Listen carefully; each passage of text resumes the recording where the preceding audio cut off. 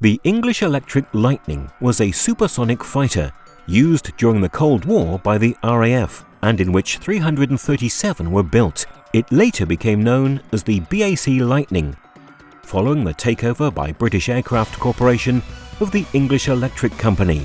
The Lightning was powered by two Rolls-Royce Avon turbojet engines, uniquely staggered, stacked on top of each other vertically. The Lightning was in service from 1959 to 1988.